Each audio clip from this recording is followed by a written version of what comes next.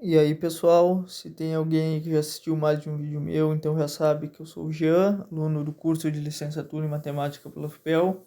Eu estou aqui para resolver uma questão de cálculo do livro do James Stewart, só que dessa vez do volume 2. A questão envolve a seção 11.2, que fala sobre séries. O problema 132, que diz que uma droga é injetada em um paciente a cada 12 horas. Imediatamente antes de cada injeção, a concentração de droga foi reduzida para 90% e a nova dose causa um aumento na concentração de 1,5 mg por litro. Na letra A, ela pede qual é a concentração depois de 3 doses. Na letra B, se Cn é a concentração depois da enésima dose, encontre uma fórmula para Cn em função de n. E na letra C, qual é o valor limite da concentração. Bom, na letra A, ela pede para descobrirmos a concentração depois da terceira dose. Eu separei em verde as doses para a gente poder ver passo a passo a progressão do que acontece. Então, o problema nos diz que antes de cada aplicação, a concentração diminui para 90% e logo após a aplicação aumenta 1,5 mg por litro. Então, na primeira dose, o paciente ele não tinha nada da substância, então foi aplicado 1,5 mg, ele ficou com 1,5 mg de concentração. Aí na segunda dose que entra a redução para 90%.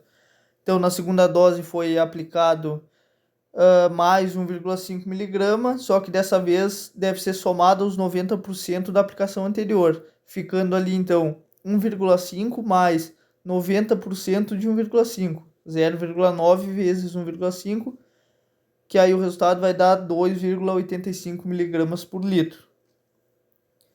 Isso na segunda dose.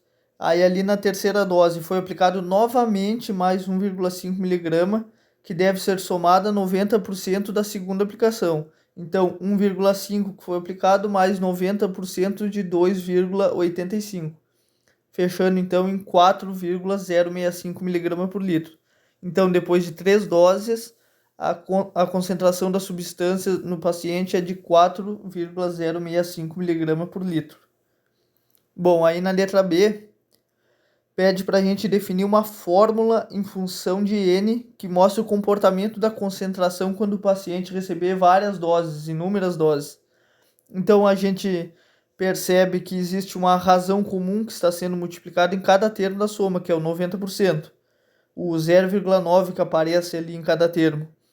Então fazemos uso da fórmula 3 que o livro nos traz, que nos ajuda a definir fórmulas para séries geométricas. Nesse caso, o A seria 1,5, 1,5 e a razão R 0,9. E ali a gente vai substituindo na fórmula, a gente fica que a série Cn é 1,5, que multiplica 1 menos 0,9 elevado a n, dividido por 1 menos 0,9. Ficando 1,5 em cima e 0,1 embaixo. Então a gente pode multiplicar por 10 para eliminar ali os decimais, ficando enfim com Cn igual a 15, que multiplica 1 menos 0,9 elevado a n. E por fim, ali na letra C, a gente vê ali que na letra B a gente descobriu uma fórmula que mostra o comportamento das somas parciais. Isso aí vai nos ajudar agora na resolução dessa letra C, pois em uma parte da seção 11.2 o livro nos traz que a soma de uma série é o limite da sequência de somas parciais.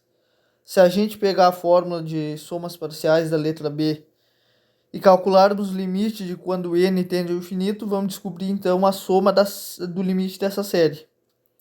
Então, partindo para calcular o limite, podemos separar o limite em 2, multiplicando 15 por 1 e 15 por 0,9 elevado a n.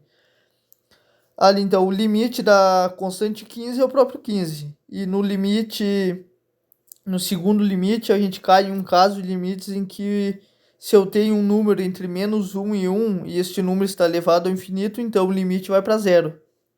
Ali no caso 0,9 é um número que está entre menos 1 e 1.